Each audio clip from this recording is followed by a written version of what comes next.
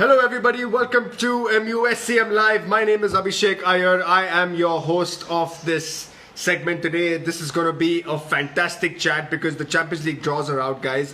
And as you're probably aware, if you're a United fan out there, you should be aware that United have drawn Paris Saint-Germain, RB Leipzig and Istanbul Başakşehir in the Champions League. We are Group H in the Champions League this year. Welcome to all you members joining us again. Welcome to all you United fans who follow us on Instagram. Welcome to MUSCM Live. For all you first timers, thank you so much for joining us today. Do subscribe to our YouTube channel as well, which is MUSC Mumbai. You guys will love the kind of content that we are throwing out. A lot of you ask typically, where is my drink? My drink is right here. And the reason why I bring this here, and Takshak, welcome to MUSCM Live. I'm going to just address your comment in a bit. Let's get discussing on two things tonight. The first one being Champions League draws. A lot of people out there saying we have been drawn with the group of death.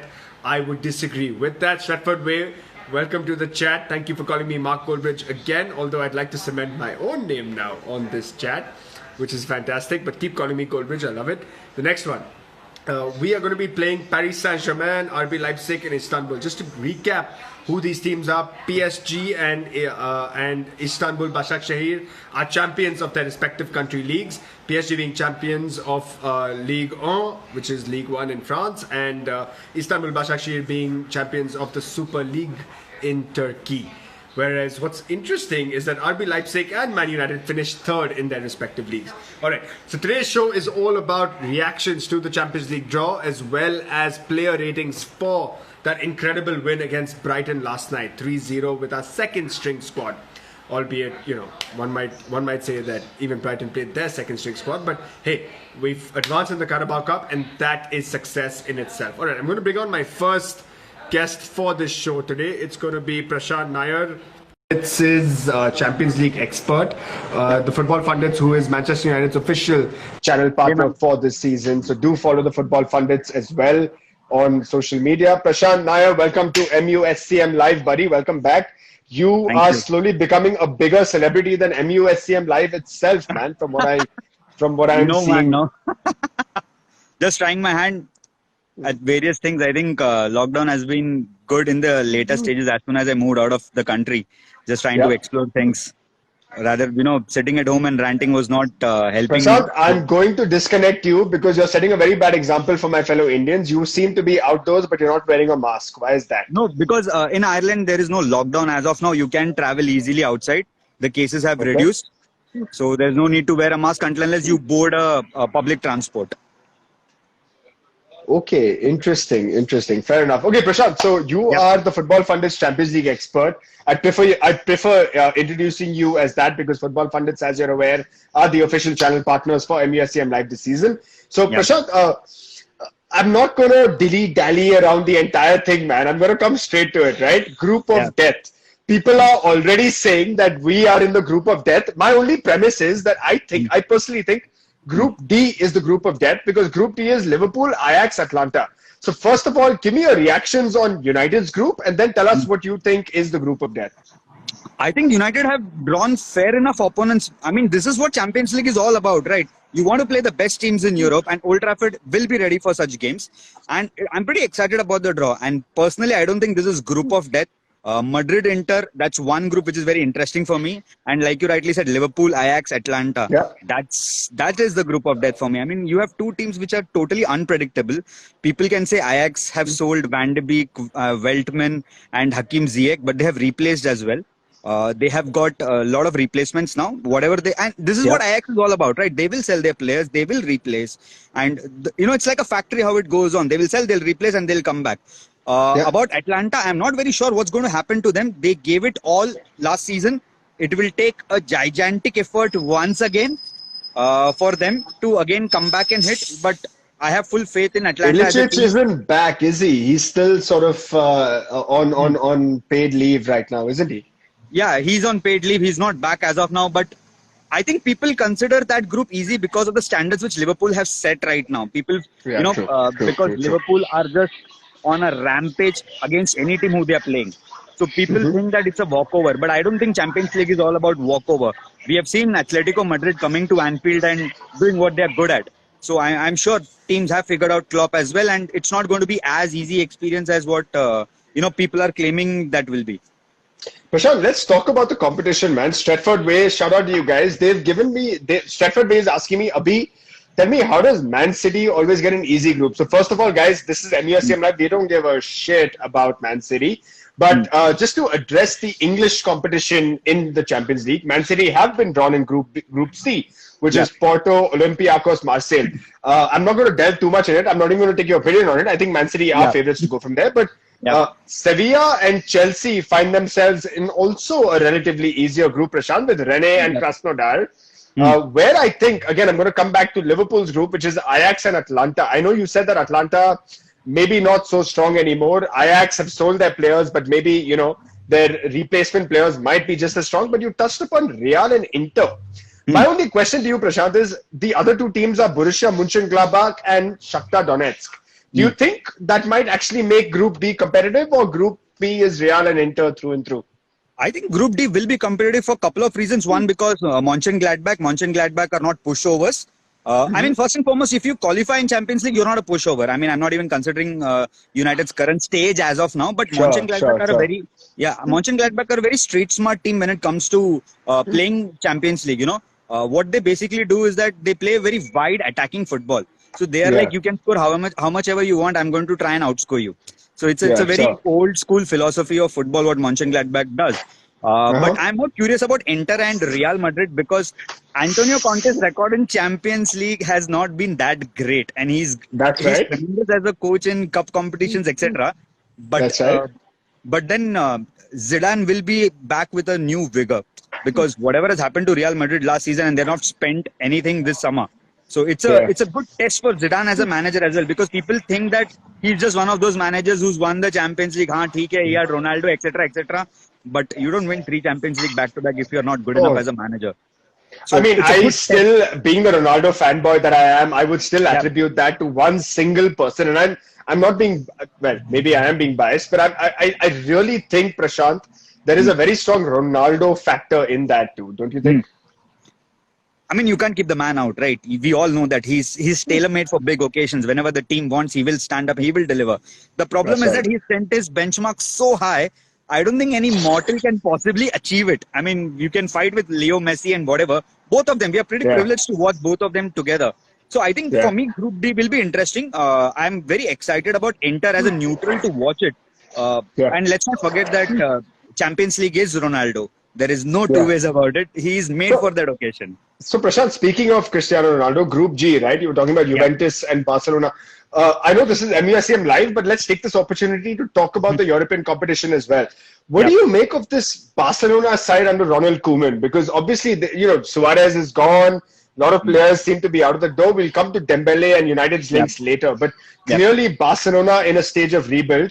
Now, one might argue that the two teams that they play in Group G are absolute minnows in the form of Dynamo Kiev and Ferencvaros. Who I think they're making a debut in the Champions League. What do you make of this? I think Juventus will surely qualify. What do you make of this Barcelona rebuild under Ronald Koeman? First and foremost, I was not pretty sure of why have they appointed Ronald Koeman as a manager itself. No disrespect to the man, he is good at national level team managing, but club level, I don't think he's got enough in his bag to manage at a club. We also what happened at Everton, and even at Southampton. He's okay as a manager, but I think Barcelona have taken a gamble, because right now Barcelona are in a much bigger mess than what Manchester United is as a club. Because they don't have any. And they still have Messi. They still have Messi, dude. They still have Messi. And they also don't have any surety regarding Lionel Messi. I mean, one fine day he will come and say, you know what, I no longer want to play, I'll leave. Then again, they are in a stage of rebuild. And I think it's a Barcelona outlook that they want to always have players who are following the Cruyffian ideology. I mean, look at the managers who are all, tremendous players who were playing under Cruyff or who have the Cruyffian philosophy. I think they have gone back to the way which they know and they build, which is the Cruyffian philosophy. And I think because of this reason only, Barcelona can survive this rebuild. And Ronald Koeman is being pretty smart in acquiring players who he knows can add value to the team. See, he's acquired Dest from Ajax. Okay, that sorts the defense to a certain extent. He's after Memphis Depay. All right.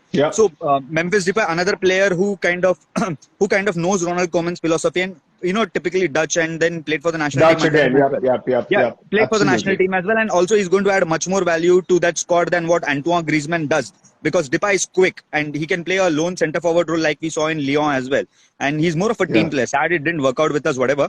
But Sure. Ronald Koeman is trying to build a team according to what he knows right now is my kind of skill set, nothing more. He's just looking for one season. Unlike managers like Klopp or to a certain extent other managers who True, can true, true, you know true. think big, rebuild the defense first, Are then you are attack you second. are you are you indirectly saying that Ronald Koeman is makeshift to some extent? I think so, yes. He's makeshift. I don't think a club like Barcelona will take a chance having Ronald Koeman for 3-4 years. They will go for the next high-profile manager. In my opinion, they are building a ground for Eric Ten Hag for him to take over. So I think Ronald Koeman is just a Sure. makeshift. He's just gotten like how Ole has come here, rebuilt, Eric Ten and let Hag him go. is a big name that you mentioned because Yeah. everyone knows that Ajax and Barcelona, if I were to take the liberty of saying this, but Ajax and Barcelona have probably the most distinctive styles of football in global football that And we what is know the of. And common factor they between have both of them? Johan Cruyff, which is which is the base of all of football all over in the world, right? So that's true. that's exactly how both clubs are very distinct and yet unique in their own way of surviving in So whatever it is. I'm just going to add a comment that Manan Baga has just said. Manan Baga says that Pochettino should have gotten the Barca job. I don't fully disagree with that comment, but Prashant, I want to know from you, what do you make of the Pochettino vacancy right now? A, do you think Pochettino would have been a better fit at Barcelona? And B, Barca is clearly not his job. So where do you think Pochettino might land up? I don't think Pochettino will ever manage Barcelona because he's managed Espanyol, which is rival of Barcelona. Correct, which is The direct derby crosstown rival. rivals and all of that. Yeah, the True, true, crosstown true, true, rival, true, true, true, right? true, true. So Yeah. I don't think first and second, if you are a club with ambitions, Pochettino will never be your manager because he's a bottler of highest order. No doubt, whatever he's done with Spurs, etc., is commendable, but that's good enough at Spurs level, not at a top club level. Imagine in a league where Leicester were winning and Spurs had the biggest chance to upset them. What did he do? Bottle it, right? He bottled it at Stamford Bridge and then. Sure, but anyway, yeah, sure. But I mean, I don't think I Pochettino has don't got. like it, Prashant. I personally don't like it when people refer to that Leicester season as other clubs bottling it, because I personally think that Leicester were phenomenal that season. They were phenomenal, Agreed. and to say that other clubs are bottling it is to almost discredit Leicester from that title championship. And I think that's unfair because I think the hangover of that Leicester title championship win. Premier League win is still there today, right? Like even today, Leicester remain to be a strong contender. They remain to be a top 4, top 6, top 7 side. Where a lot of people, I remember when they won the Premier League, a lot of people immediately, the pundits, the one season Sky wonder. Sports pundits said that they're going to be relegation favourites the very next year, which I thought was very Yeah. disrespectful, man. What do you make of that? But I personally still think that Pochettino is a bottler. If you discount it and give as much credit to Leicester, which they deserve truly, because it's one of those seasons which you will never see again in Premier League. But having said that, I really didn't see anything special from Pochettino as a manager, even at Spurs. Okay, no doubt he rebuilt the team, stadium issues, etc., etc. But until and as you win a trophy, you can't inspire a team to win a trophy again. You need to win, and that's you can look at any managers who has not won anything and how has their manager career gone to a certain extent. You need to know how to win, and once you win, that becomes an obsession. I mean, imagine we had Sir Alex Ferguson who won at Aberdeen and then he came to Manchester United. We didn't hire someone who didn't know how to win. We hired someone who knew how to win. And it's very important that we, continue that legacy. And that's the same philosophy Barcelona will have. They will want to hire someone who knows how to win, or whose desire to win is much more than the club's desire to win. That's how big clubs usually function. So Prashant, I'm gonna end all this European conversation right now. Maybe you know what? Because Harsh Mehta says let's get back to talking about United. Let's talk about Man United, man. And I'm going to keep you on for 5 more minutes if you don't mind. I'm going to talk about Man United. So obviously a slightly tricky group. People are even calling us a group of death, which means that we have a very tricky group at the very least. We play Paris Saint-Germain, we play RB Leipzig, we play Istanbul Başakşehir. Yeah. Do we qualify? If we qualify, how do we qualify? And who do you think might just be the roadblocks to qualification if you think we qualify? I think personally the roadblock would be Paris Saint-Germain. Obviously the strongest team in the group, and I think Guronak messaged us in WhatsApp group that either Mbappe or Neymar will be injured, and that's been their problem all throughout. Because True. I don't think three or four of us, three or four fit strikers have ever been with PSG for quite some time, and they have Mauro Icardi as well, not to forget it, and then Di Maria, etc. So they will be a roadblock. Istanbul Basaksehir is a team like how QPR were in Premier League. Remember all the big stars? They had Park Ji-sung, Rio Ferdinand. Well, they have Martin Skrtel, so I don't care too much about him. But we have Rafael da Silva, so he's just tweeted saying that he's very excited to get back to. And then of Champions course we League have football, Steven Gerrard's nemesis Demba Ba as a striker as well. Yeah, Demba Ba's there. Demba Ba is Istanbul Basaksehir. So what do you make? What do you make of United's chances? Where do you think we'll finish in this group? Do you think we are contenders for the top spot, or do you think we'll just about make the second spot, or we'll comfortably make second spot? I think we'll just about make the second spot. Until unless we sign, I don't think we have a fair enough chance. Who are we competing with? Istanbul or RB Leipzig? Because I think clearly PSG will finish first. Yeah, PSG should finish first, and we will compete with RB Leipzig. Let's not forget that. But Prashant, RB Leipzig are without a Timo Werner, who was their biggest goal-scoring source last year. So you don't think that's going to play a factor in this? No, I don't think so. They have a lot of good players to replace them. Sabitzer is one who plays in the centre midfield. Excellent midfielder. I don't know. Fantastic. You're a big fan of him. Big clubs haven't gone for him as of now. Excellent player. I think we will try and finish second in the group. But like I said, we need signings. But also, just a small reminder to people that we are not the same Manchester United who played PSG last time. We have made additions to the team. Especially remember that in the second leg, we didn't have Pogba. Now we have Bruno and Pogba in midfield and Van de Beek. Even if you don't have the ball, Van de Beek can still do his magic. So it's a different United compared to what we played PSG. But I think we are much stronger than what we played them last time. Fair enough. Prashant, thank you so much for your analysis, man. I've kept you on for 20 minutes, which is a record, I think, for a guest because, what we try and do, as you're aware, Prashant, what we try and do on MUSCM Live is bring as many people as possible. But today was Champions League. It was special. And for me, when I think of Champions League and European football, I only think of you, man. By the way, guys, Prashant Nair, follow him on Twitter, follow him on Instagram. He also fronts the MUFCI, which is United Fan Club of India, if I'm not mistaken, and does some very interesting work there as well. So do give him a follow. Prashant, thanks so much, man, buddy. Thank you. Very good friend of mine as well. So pleasure having you on the chat. See you on the next one. Take care. Bye-bye. All right, guys. So if you're still watching, do send me a video request. I'll be happy to add you and get your thoughts on what our Champions League draws are. Just to reiterate some of the stuff that Prashant said and to sort of read some comments that have come in. Yes, we are in a tricky group because we do play PSG. We play the champions of Turkey as well, which is Istanbul Başakşehir, who have the likes of Demba Ba, Rafael da Silva, and Martin Skrtel playing for them. Washouts, so to speak, from the Premier League, but hey, still a force to be reckoned with. Apart from that, we're also playing RB Leipzig. RB Leipzig without Timo Werner this season. Timo Werner is now playing for Chelsea, but Sabitzer remains to be their biggest threat. Right. We will come to transfer talk in just a short while, guys. I know a lot of you are very, very restless about Ousmane Dembele. Let me just give you 2 cents about Ousmane Dembele. Absolute shite signing if we make it. This guy is injury prone. This guy is lazy. Gerard Piqué has come out saying that he needs to be motivated to play football. All he really cares about is FIFA. He does not want to move to England, and apparently Man United are having to convince him to come to England, which I think is an absolute embarrassment. If Jadon Sancho doesn't happen this year, I'm going to be really, really pissed. I'm going to be really angry if Jadon Sancho doesn't happen. I'm going to be super pissed and I'm going to raise a sort of ruckus about it. But we are MUSCM. We are the official supporters club of Mumbai, so we can't be saying too much about it either. All right, we're going to be we're going to be talking. I'm going to be bringing on my next guest onto this chat. Wow, lots of requests. I can see 22 video requests on this chat, guys. Keep sending your video requests. I absolutely love it. And let's get some new people, man. Siddhartha Sa. Siddhartha, if you're watching, I really hope you're able to connect, man. I really hope you're able to connect. I have sent you a request. You're someone who's been wanting to come on this chat for a long time.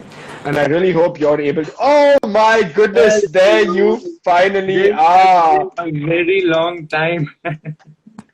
Siddhartha, welcome to MUSCM Live, buddy. I've been in touch with you offline, and it's a pleasure to bring you on the chat. You are someone who's been trying to connect with us for many weeks now, and you've had internet issues. So once again, welcome, buddy. I'm going to ask you two questions, man. One, because it's your first time on MUSCM and it's your first time here, why are you a Manchester United fan? Tell me, why did you fall in love with this club? Okay, so I think I'll have to give a shout out to my brother. I think he's watching it. Adios Spidey right now, right? He first followed football and then he used to follow Man United because, Adios Spidey is on the chat right now, so that's awesome. Shout out to you, Adios Spidey. Yeah. So it was, 2006, 2007, 2008, the prime Man United years with Rooney, Tevez, Ronaldo, right? He used to watch it and I used to watch it with him. And then I just got so involved in the club, their philosophy, their style of playing, the legends they have, and that never die attitude that they have. And I saw other teams as well. It wasn't like I was only focused on United. I saw Chelsea. So that's just a second, man. Just a second. I love what you're saying. Everyone in the chat, give me a thumbs up if you have used Manchester United values and morals and lessons in your own life. I have. Never say die, never give up, fucking fight till the very end. Give me a thumbs up if you agree with Siddhartha and if you've actually used that in your life. Go on, Siddhartha. So, seeing Chelsea, Madrid, Liverpool, but I just, I found this connection with Man United which I didn't see with any other club. And ever since then, I just fell in love with this club. And, I think it's been one of the best decisions I've ever made. Dude, it's so, I'm so happy to hear that, man. And I just want to ask you, man, what is your, apart from Moscow 2008 when we won the Champions League, if I were to ask, what is your second favorite Champions League memory? Because I'll tell you mine, if I may. It was in a fixture that we lost. It was against Bayern Munich when we lost, when Patrice Evra scored that incredible screamer. Dude, so let me tell you, let me tell the chat an interesting story. So I've been a part of MUSCM for many years now, and I've been a part of this club. It holds a very special place in my life. I know the president personally. I know the working team very well. They're all my mates, right? They're all my friends. So we typically, back in pre-COVID days, we would screen our games at Three Wise Monkeys in Mumbai. And Three Wise Monkeys is a bar at Khar where it's the official home of the Manchester United Supporters Club in Mumbai. And Siddhartha, I must tell you, when Evra scored that goal, I was standing at Three Wise Monkeys on a table. So imagine the screenings would get so crowded. You'd have a screen in front. You'd have people standing in front to watch the game. And you'd have a table at the back where we would call ourselves the Stretford Enders. We'd be standing on top over there on the table, very close to the ceiling. When Evra scored that goal, couple of things, man. Number one, we all expected Bayern to absolutely annihilate us. And they did eventually, but no one expected us to take the lead. So when Evra scored that goal, I was standing next to the ceiling. We went so mad, Siddhartha. We banged the ceiling so hard. We literally brought the roof down. We tore the ceiling and the roof came down on us. And the owner of Three Wise Monkeys is also the president of MUSCM. So he didn't charge us for that. He didn't charge us for any sort of damage. He was part of the crew that helped us damage that. But that's my favorite Champions League memory after Moscow 2008. What's yours, man? I mean, for me, it has to be okay. I think first would be completing the hat trick against Olympiacos. I know it's not that big for me, but when that that was good. I mean, and I loved Van Persie. I'm a Van Persie fan. And we all do, man. We all do. Thumbs up from the chat if heart from the chat if we absolutely still love Van Persie. Go on, Siddhartha. And I think the other favorite moment it has to be the PSG match. Rashford just blasting that penalty in the top corner before not being able to save it. And I think, Ole was there and everyone was so happy and positive at that time. So I think that has to be my favorite moment. Fair enough. So Siddhartha, I'm gonna ask you one last question, man. So I want to know what your reaction is to this Champions League draw with regards to Group H, where we face PSG, Leipzig, and Istanbul Başakşehir. Our previous guest said that we will scrap. We'll have a bit of a battle for the second place in that group with Istanbul and RB Leipzig. Do you agree, or do you have a different point of view? So personally, I think that obviously I expect PSG to come first in that group stage, but I think RB Leipzig will make it difficult for us, considering the fact that if you see September, October is a very jam-packed schedule for us. If I'm not wrong, we play Chelsea and Arsenal in the Prem, and we have to, one Champions League match between Chelsea and Arsenal and one Champions League match after Arsenal. So you could potentially have Chelsea, PSG, Arsenal, and Leipzig, right? And we know we do not have, depth in striker, right wing, and left wing. So we could just scrape through. We could just come second, but we could also, I wouldn't be surprised if we come third. If we do not get, 2-3 more signings, like right wing, left back, and I don't think centre back coming. Realistically, if we don't get right wing and left back, I wouldn't be surprised if we come third. Last question to you, Siddhartha. Do you think we're going to make more signings before the close of this transfer window? Today's the 1st of October, 3 days left. If you think so, then name the players and I'm going to call it. Jadon Sancho, right wing, and Alex Telles, left back. Wow, Jadon Sancho and Alex Telles. Siddhartha, it was an absolute pleasure to have you on this chat, buddy. I'm so happy you could join us today. I know you've tried for 2 or 3 weeks, and whatever the issues were, I hope you fixed it, and I hope to see you very soon, man, on this chat again for maybe a post-match analysis. Cheers, buddy. Have a great evening. Guys, that was Siddhartha Shah, a die-hard Man United fan and someone who follows us very closely and who's been trying to join us on this chat. I'm going to read a couple of comments, but Siddhartha also said that we might struggle to qualify beyond the group stages. How many of y'all agree with this? Guys, I'm going to throw this out to the chat right now. Give me a thumbs up if you think that we will very easily finish in the top 2 in our group, and give me a thumbs down if you think it's going to be tricky. Then I'll know, the sort of distinction between who thinks what, and that'll allow us to understand where we are as a fan group. Because the way I look at it as a United fan, I personally think PSG are the only competition that we really and truly face in this Champions League sort of run in that we're going to be facing in the group stage. I quite frankly think that we are going to qualify as number 2 in this group. Let's see some of the comments that are coming in. So Manan Baga says, Manan Baga, Stratford Way and the United Star, 3 very good United fans and 3 very good United channels say that it's not going to be easy, or it's not going to be as easy as I'm saying. Dhawa 19 also says, oh my god, Harsh Mehta also says, Aniket 7, okay guys, a lot of you United fans think that it's not going to be so easy and we're going to be struggling for second place.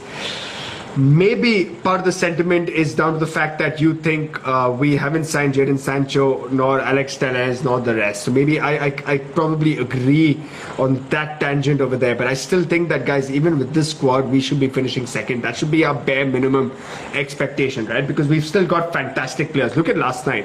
Look at the Brighton game. Look at the players who played for us last night. This is a team that can put a Brighton side away 3-0. You don't think we can put away an Istanbul Başakşehir side in a similar manner? I don't know, man. Somewhere I might disagree. All right. Bhavik Malekar, look at the league matches around the Champions League games. The squad is going to be stretched. I agree with you, man. And for those of you who think Mata is someone we absolutely must keep based on last night's performance, maybe, but I'm still saying we lack squad depth. All right, let me get my next... Alright guys, if you're watching, send in those requests again. Send in those video requests. I'm going to be accepting my next video request. Let's get talking about last night's game against Brighton. Let's do player ratings. We have about half an hour left. Let's do player ratings because we must. And I thought last night was fantastic. Let me tell you my top 2 learnings about last night, right? I thought that number 1, if there was anything that was more clear than last night, it's that we need to strengthen our right wing. Correct me if I'm wrong, chat, like you always do, but I thought Daniel James was our worst player last night, guys. And I hate Victor Lindelof. And you can imagine me saying that Daniel James was our worst player. We are so fucking dry on the right side of our midfield, man. We need Jadon Sancho. We need someone who can add a bit of creativity to our right midfield, man. And Jadon Sancho is everything we need. I cannot understand why we are not doing the deal, but I understand there are also complications to this deal, but I thought Daniel James was terrible. About Diogo Dalot, guys, I disagree with you, buddy. Someone has said United Star. I disagree with you. I thought Dalot had a decent game. I'll tell you why I say this. Usually, Dalot is shit in offense and defense. Last night, he was pretty cool in offense. I thought he was pretty good. Defensively, yes, lot left to be desired, which is why probably Oli wants him out. But I thought offensively, he was pretty decent. All right, time to bring my next guest on. The next guest who I'm going to bring, we're going to be doing player ratings of last night's Carabao win against Brighton. So let's look at the list. Wow, that is a massive list, guys. Thank you so much. Keep sending in those requests. I'm going to try and bring in some first timers. If you're a first timer, do send us a request. I'm going to add Aryan 4027. Aryan 4027, if you're watching, I've accepted your request. I think you're a first timer, which is why I have added you. A lot of my regulars also sending me requests. I will accept regulars as well, guys. Keep sending in those requests. I absolutely love you all, but let's take a look. Stratford Way says Daniel James needs a loan to Leeds. I agree with you, man. Maybe that match time, that play time might really do him well. Aryan, I'm sorry, buddy, but you've not been able to accept my request, so I'm not going to be able to add you. I'm going to add Takshak Lakshmanan, who's an MUSCM regular, who's been on our chat before. I think this is his second time. Takshak, if you're watching, I've accepted your request. Yes. Takshak, welcome back to MUSCM Live, buddy. Hi, Can you hear me? Am I visible? I can't see my screen. And I can't see. I can hear you. Takshak, just say the alphabets for me. Takshak, can you hear us? Yeah, I can hear you, but I can't see myself on the screen. That's okay, Takshak. We can see you, and that's what matters. And you're perfectly aligned on my screen. Takshak, I'm going to talk to you only about one thing, man, because your network isn't too great. Goalkeeper. Yep. Dean Henderson last night. What did you make of Dean Henderson's performance, and what rating would you give him? Dino was a great goalkeeper. Comparing him to De Gea, better goalkeeper, to be saying. I would give him a 5 or 6. To be honest, Abhi, I am not. I know you're a De Gea fan, but you see, Dino was really good. Okay, Takshak. I'm a Dean Henderson fan as well. I'm a Dean Henderson fan. I'm a De Gea fan. By the way, chat, join us in this chat. I want all the chat to join us. Give me a thumbs up if you think De Gea should continue as keeper. Give me a thumbs down if you agree with Takshak and think Dean Henderson should take over. But Takshak, my point is David De Gea is one of the world's best goalkeepers. Dean Henderson is one of the Premier League's best goalkeepers. I think there is a fundamental disconnect over there. I think Dean Henderson can be one of the world's best goalkeepers, but he's not one of the world's best goalkeepers or anywhere close to being one of the world's best keepers. So that's where I come from. But what did you give him again? What was your rating? I gave him a 6. Okay, why did you give him a 6? He did 1 or 2 good saves. Otherwise, he had nothing else to do, to be honest. Okay, but he kept a clean sheet, didn't he? Yeah, he did keep a clean sheet, but you see, so if you compare the clean sheet, I would give him an 8. But my rating for him is 6. Okay, fair enough. All right, Takshak, I'm really sorry, man, but your internet is really bad, so you're only appearing in frames. So thank you for joining MUSM, buddy. We're going to see you on the next one very soon. Guys, I'm so sorry for that. That was Takshak Lakshmanan. Takshak, I'm sure you can hear us and continue to follow us. Today, we'll bring you on again the next time. All right, I'm going to bring on my next caller. For those of you watching MUSM live, for those of you watching me live right now, do send me a video request. I'm happy to add you. And let's get talking about what we think might just be the way forward for this team. All right, I'm going to bring on a fan favorite. I'm going to bring on the United Star. United Star, if you guys are watching, let's rate the defense. I think I'm going to have Prasham Kothari, who's going to be joining as a part of this. Stratford Way, if you're watching Stratford Way, buddy, please put the tweet that Fabio Romano has put. And I'd love to see what's happening. Prasham, if you're going to show me the terrorist background again, then I'm going to do away with you because... okay, I can't see Prasham. Is it my internet or is it Prasham's internet? Can you see me now? No, you're completely frozen on our screens, Prasham. Oh, interesting.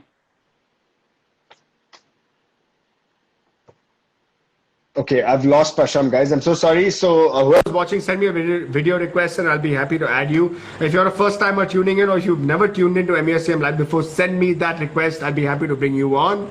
Right, let's get on. Okay, lots of requests coming in. I absolutely love the enthusiasm. Koti0207. Koti, I have accepted your request. Koti, welcome to MUSCM Live, buddy. I've accepted your request. I hope you're able to connect. This is your first time on MUSCM Live. There you are, buddy. What's happening? How are you doing? I'm good. How are you? I'm fantastic, man. So Koti is a diehard United fan. Koti, we've known each other from college. So technically, I have known you for half my life. And you've known me for half your life. Agree. I remember you as the Bawa guy who always wore a United jersey outside Butterfly Cafe. There you go, guys. So by the way, Koti and I were college mates at HR College, Mumbai. And I used to always see Koti in college. He used to always be wearing a United jersey, which is why I love this man. Koti, let's talk about United's defense last night, bro. But before I get into the defense, what did you make of last night's game, bro? Overall, what were your thoughts on the game? It just shows that unless we bring in Pogba, unless we bring in Rashford, this team is just not good enough. Like you could see James not doing anything. Igalo, the form that he had when he started out, that's almost gone. So defense was pretty okay. Bailly, he needs to start. Spurs, he has to start. There's no question about that. No Lindelof, it has to be Bailly. What do you make of this Igalo situation, bro? So I'll tell you where I'm stuck, right, Koti? Bro, I love that he loves United. And I'll tell you why I'm so biased. That's it. Because, Koti, I'm going to ask you a question, man. Today, we make so many signings. We make 150 million, 100 million, 80 million, 90 million. How many of them will you pinpoint and say, now, I'm not saying that this is a justification to sign players, but how many world-class players will you look at and say, bro, this guy doesn't care about wages, doesn't care. He wants to bring United back to the glory days, which is why, Koti, I want Igalo to succeed. I want him. I'm praying for him every game. But, bro, last time when I watched him play, man, like, he was disappointing, dude. He was disappointing. Even after lockdown, he has been like that. But before lockdown, you could see he was like, whenever he started, he was always scoring, assisting, scoring. Yeah. So what do you make of Igalo, man? Like, why is he not performing, dude? Like, is it the system? Even last night, if you remember that one ball that Mata put to him, he cut the goalkeeper and then just missed it. And even his first touch was way awkward. So Koti, some Igalo fanboys will say that Igalo is not being played when Bruno Fernandes, Paul Pogba. You can. No, but do you agree with that? I don't agree with that, bro. I'll tell you why. No, because like he has never played. Like Fernandes has always played, but he's never had anyone else with him. Anyways, even before lockdown, if you notice, he still had James, he still had Fred, he still had McTominay, and he was still performing. He had Pereira, he had Gomez, so he was still performing. So I don't know what has happened to him after this. So let's flip this chat upside down. Let's actually go with, I said I'd go with defense with you, but let's go with forwards, man, because we're talking about Igalo. I'm hoping you watched the game last night. Yeah. I did, which was a miracle because I didn't watch Luton because... Yeah, for us it's afternoon here, so we have to. So it doesn't make any sense. Fair enough. Yeah, for those watching, Koti is tuning in from Canada live. Koti, so what did you make of Igalo's performance? So I know what you made of it, but what rating would you give Igalo? And I just want to open my sheet. Igalo and Daniel James. What ratings would you give them? Start with Igalo. Igalo... I think it would be a 5 or a 4 probably. Not he didn't do much with the ball. And Daniel James, Igalo you've spoken of. What did you make of Dan James? Dissect his performance and what rating would you give him? Whenever I've seen James play, at least he has put in that effort. He wants to play. He wants to run. But last night it was like his head has been turned. Like he's not his head is not in the right frame right now. I think he's already all that transfer speculation with Leeds and all. It's I think got to him big time. You could see it. And with every United fan saying we need to strengthen on the right, we need Jadon Sancho. That wouldn't do much for his confidence, right? Because we know that every player is on social media, every player is reading everything that's going on. Yep. Amar JPEG says James deserves a 0.5. Do you think he was that bad, Koti? What rating did you give him again? I would give him like between a 1 or a 2. Like. And no, buddy. What do you say? We won the game 3-0, man. Was he that bad? Was he that bad? You played him on the left where you actually wanted to see him. Like if you remember in the Villa preseason game, he played on the left and he was decent. But I don't know, he was just non-existent to me. I don't know, for some reason. Like then when Yeah, so Rashford came that's in, then and Donny shifted on the wings, when he was doing something, but James was, I don't know, he was all over the place. okay. Let's move to midfield, brother. And I only have 17 minutes left, so let's do this a Yeah, little quickly so I can bring one, two more callers in. Let's move to midfield with you. What did you make of Donny van de Beek last night? man, that assist So, summed it so, up. so, so could we start with the rating and then give me your Okay, analysis? Donny So would be a solid. I would give Donny van de Beek an 8 because here's my analysis of him, right? First half, he was a bit subdued, but he's obviously Exactly, got that creative spark, dude. exactly, yeah, He's got the spark. Second exactly. half, I think the fact that he was playing with better players, I think the fact that Rashford and Pogba were there, it just Yep, lifts his game up. So I'd give him true, an 8. true. What would you give him? I would also give him an 8. Like first half, it was, if you notice, it was all Mata. Everywhere you could see it was all Mata. But second half, even that assist that he gave for the Mata goal, that back heel was just too much. Like I feel he should start a game in the Premier League now. I think just take a chance, like put Pogba on the bench, like, because Van de Beek can play in all sorts of positions. So you Yeah, can play yeah, him in the Bruno role, you can play him near Matic, because we can't bench Matic. Let's be honest. It's yeah, true, Matic true. needs to start. So I would love to see him start against Spurs, but I doubt it'll be Pogba who'll start. I think it will be Pogba who starts. So even I would give him Fair, an 8. fair enough, Koti. Thank you so much for joining me, buddy. No Good to problem, see man. you, No man. It's problem. probably been Yeah. years since I last spoke Years. to It's you. been years. I know the last match we saw was the Bayern game at the United Cafe in Phoenix. That was Yeah. a long Koti, time back. you're on the football pundits, right? Yep, yep, Fantastic, man. I'll catch you on the chat very soon, yep. buddy. Take Sure, care of sure. yourself. Thanks, man. Good luck in Thanks. Canada, and I'll catch you on the Yeah. next live. Thanks, man. Thanks. Guys, Rohan Kotwal, very dear friend of mine, old friend of mine from HR College, Mumbai, a batchmate of mine. By the way, for those wondering, I finished my college in 2011. So yeah, it's been almost 10 years since I finished. But let's bring on the next caller immediately, right? Because let's get talking about Juan Mata and Fred, who I thought had two very interesting matches. All right, Vishesh Gupta. I know the United star couldn't join, so I'm going to add you, Vishesh. Vishesh is also tuning in. He's another international tuner who's going to be joining us from the United States. Vishesh, I've accepted your request. I hope you're able to join. Yes, you are. Vishesh, welcome to MUSCM Live, buddy. Welcome back. Yeah, First up, what is the time wherever you are right now? it's 1 p.m. 1 p.m. Okay, that's not too bad. All right, Vishesh, let's get into player ratings, man. Juan Mata, according to me, was man of the match, man. And I hate to say this because he's one player I've been agitating against, saying that, he's the kind of guy who exemplifies the kind of mediocrity that we've come to settle with. Here's my praise and my subsequent criticism of him, Vishesh, and I'm going to lay it off to you after that. My praise is that when he's good, Vishesh, he's phenomenal. He's unstoppable. He's a Premier League beater. I can't call him a world beater, but he's a Premier League beater. But I see those days very seldom, and more often than not, I see the days where Juan Mata just frustrates me, where I see him not performing to the best of his ability. I see him being bullied by the modern day Premier League player. I see him being outclassed by the modern Premier League player. So to answer a lot of fans' questions, would I take Juan Mata into this season as squad depth?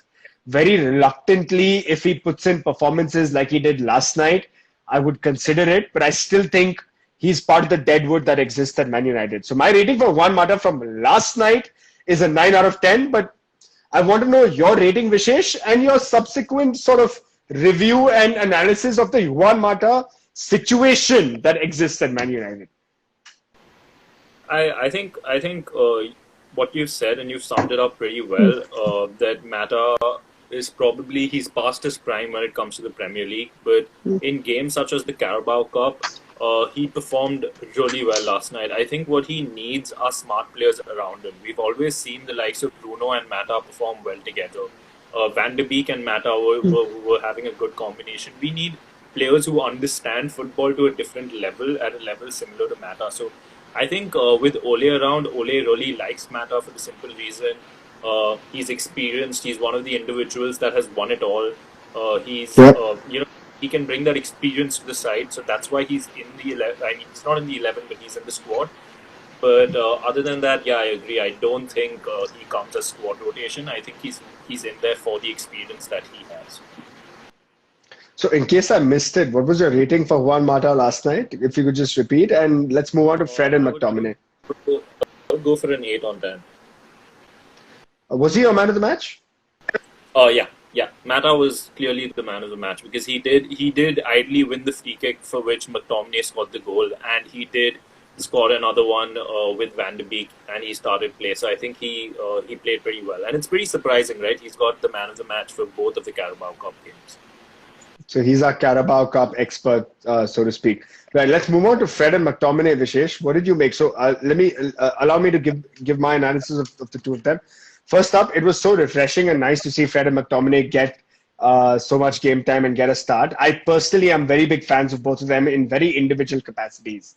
Fred, I would still rate higher than McTominay overall as a footballer because I still think that potential-wise, McTominay can develop a lot more. And I think today, as a finished product for Man United, Fred is far more polished.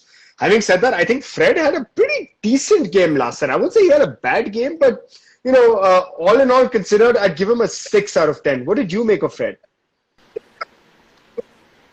I think Fred did very well when it came to breaking down the game of Brighton. But something, Abby, that I've realized is we're getting very happy with this game, even though we need to realize that Brighton also made 8 changes, right? So it seemed like a better game for our second side.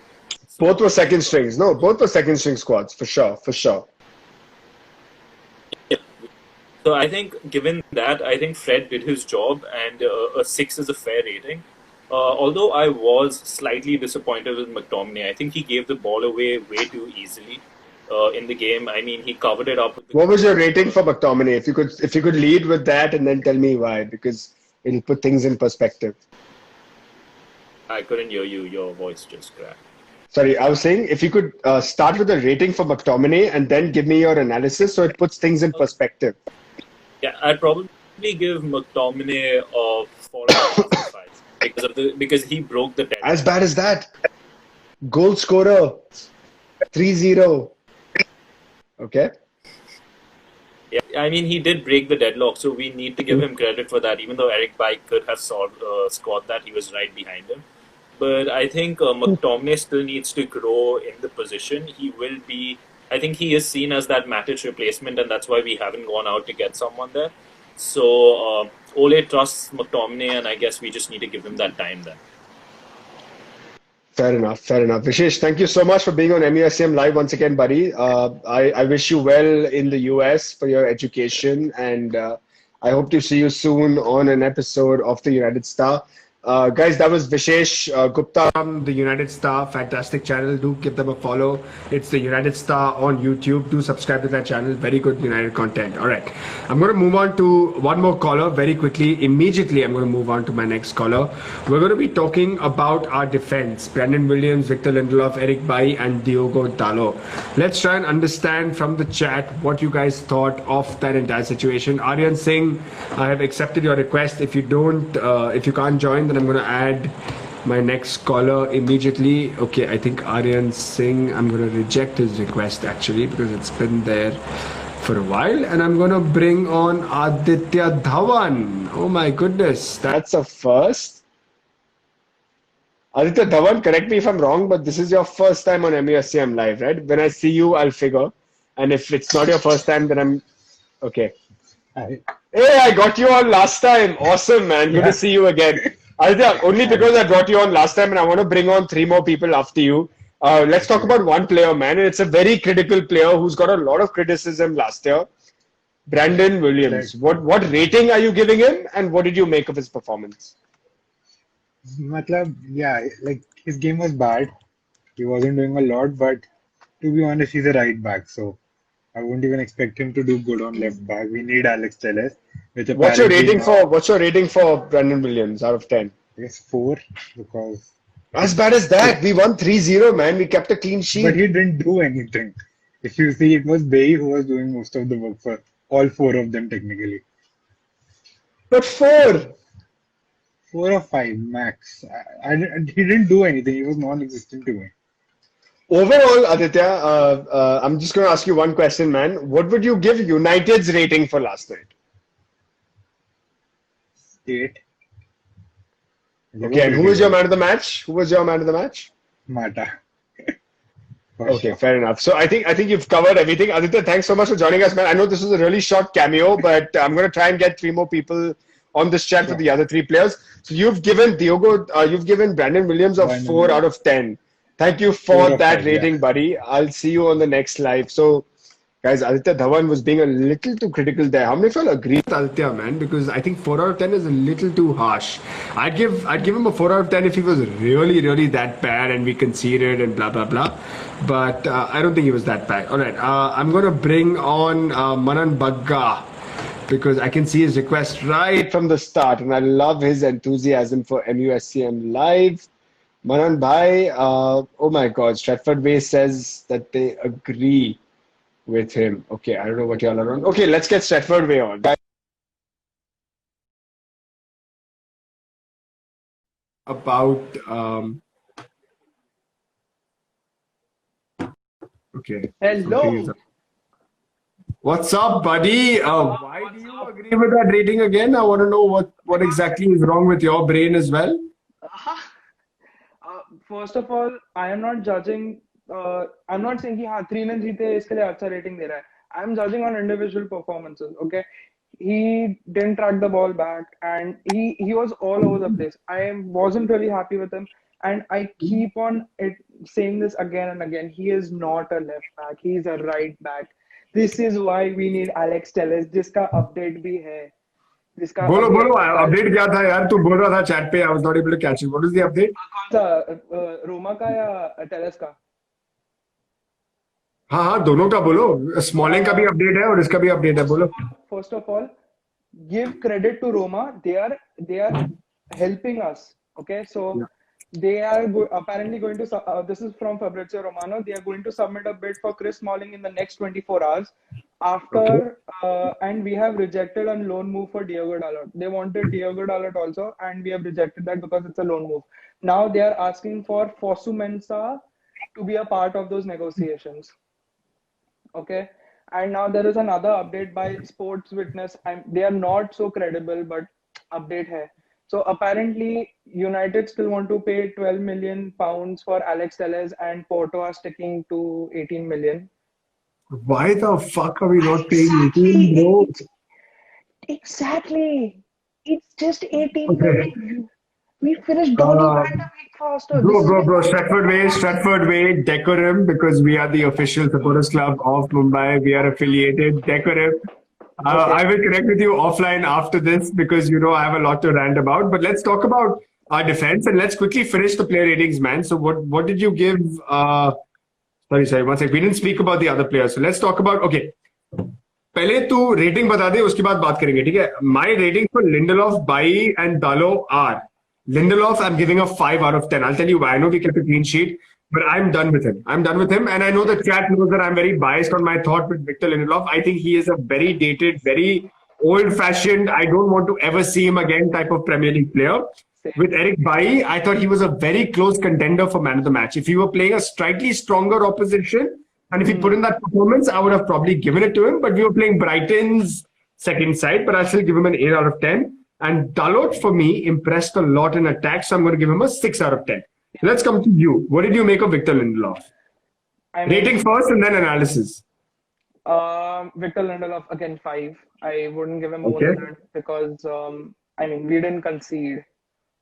I'm happy we didn't concede. Eric Bailly, 6.5. Okay, I personally feel he should start against Spurs.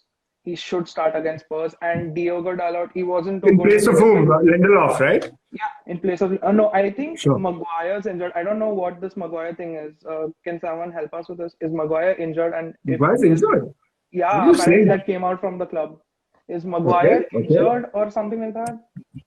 No, I don't fully doubt that because, so 23 hours ago, Manchester had given an update because I expected Maguire to be the first name on this team sheet because I know he plays every game, right? Yeah, me too. I was actually shocked that Maguire wasn't. I was shocked and relieved that Maguire wasn't starting. Ole said he'll be fine. Okay, fine. So Yeah, he's fine. He's fine. If Maguire's fit for Spurs, then Maguire and Bailly for sure. Dalot, he was good with the attack, but not so good with the defense. So I would again give him a 5.5, just because he was decent with the attack. No, so buddy, don't be swayed by what I'm saying. See, I was impressed with him also because yaar, mere mind mein to Dalot in default is a 3 out of 10 player. Yesterday, I thought he was decent in only attack. Defensively, he was shit. And like I'm going to reiterate, we played a second string Brighton team. If we were playing, let's say, Spurs away, we would have been destroyed on that right hand side by Lucas Moura. Like destroyed, right? Definitely. So take care. For me, it was a 6. What did you make of? Okay, so did you give the Eric Bailly rating, or you only spoke about Eric? 6.5. 6.5. Why not higher, man? Because Mata. Okay, what if I may ask you? Who was your man of the match, Mata? Mata. Definitely. What rating would you give him? 8. So why the difference of 1.5 between Bailly and Mata? What didn't impress you about Bailly last night? I mean, first of all, again, Brighton reserves wasn't much of a challenge. You know, Bailly is a first team player. Had we played, maybe give me any mid-table team or higher than mid-table. Had we played Wolves, it's in Newcastle. No, that's still. Had we played Wolves? Had we played? Okay. Wolves is not mid-table, bro. Wolves is top 6, top 8. Sheffield. Sheffield is okay. Okay, had we played a team like Sheffield and he had put in that performance, then I would have given him a high rating. Again, Brighton wasn't a challenge. I don't feel the Brighton was a challenge for him. I think he's much better than Victor Lindelof. I think he needs more. He needs more challenges. I said this with Jesse Lingard also against the Luton Town game. After the Luton Town game, I said that Luton Town was no challenge for Jesse Lingard. And today, you know what? Today, I actually can say with this thing that Jesse Lingard is back.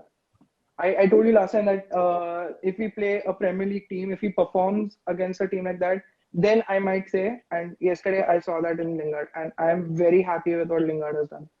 I think he's finally finding his way. Fair enough, man. Fair enough. All right, guys, for those of you, thank you for the player ratings, buddy. I'm going to end the show. I have literally a minute left. Thank you so much for joining us.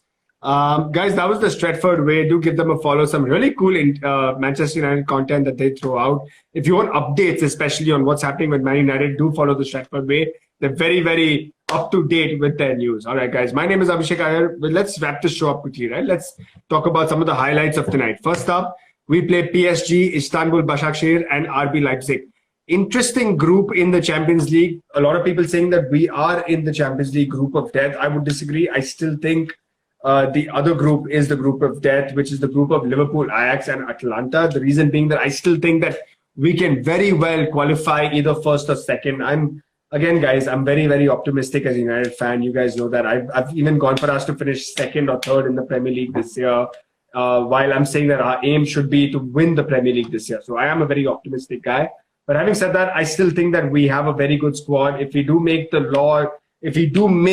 last odd signing of Jadon Sancho, Alex Telles, and the likes, boss, we are in for a hell of a season. If we don't, I still think we have a squad to compete at the highest level. I don't think we're going to be pushovers. One of the titles of today's MUSCM Live was, are we just pushovers in the Champions League? Are we just in the Champions League for the sake of making up numbers? I don't think so, guys. We're a very special club. Manchester United is a very, very special club when it comes to the Champions League, man. We have created the biggest and the brightest Champions League memories that the Champions League can ever dream of, be it that goal against Barcelona, Paul Scholes at Old Trafford against Barcelona, be it the famous Nou Camp win that we had with Ole Gunnar Solskjaer and Teddy Sheringham, be it Patrice Evra's goal. You know, we've had crazy moments. I'll even bring up that win that we had in 2007 for all you vintage watchers like me, that we beat AC Milan at home after in that first leg. We lost the second leg 3-0, but that first leg 3-2 when AC Milan were the greatest team on the planet at the time. We beat the likes of Shevchenko, Kaká, Gilardino, Gattuso, Inzaghi, so on and so forth, man. What a match that was. Rooney, Scholes with that lofted assist, dude. That was just sex on toast. I'm going to bring back some more Champions League memories of mine, right? I think Olympiacos, Robin Van Persie was a fantastic event. Right. Manoj Bora says we will not be able to go past the round of 16. Fair enough, man. That's your analysis. I respect that as a United fan. But I still think that we will go through. And I would like to see a quarter-final or a semi-final finish this year, man. I don't think we'll win the Champions League. Unless we sign Sancho, unless we sign Telles, unless we sign 1-2 more. Aditya Kishore, thanks for that reminder. Bro, we lost 2-1 to AS Roma in the first leg. And that second leg, beating them 7-1 or 7-2. Dude, okay, let me tell you a small story. I hated Michael Carrick till that game. When Carrick scored that opener, it was insane. Guys, I have 15 seconds left on this chat. Thank you so much for tuning in to MUSCM Live. My name is Abhishek Iyer. You can follow me on Instagram, Iyer the Terrible. On behalf of MUSCM Live, signing off. Thank you so much for this.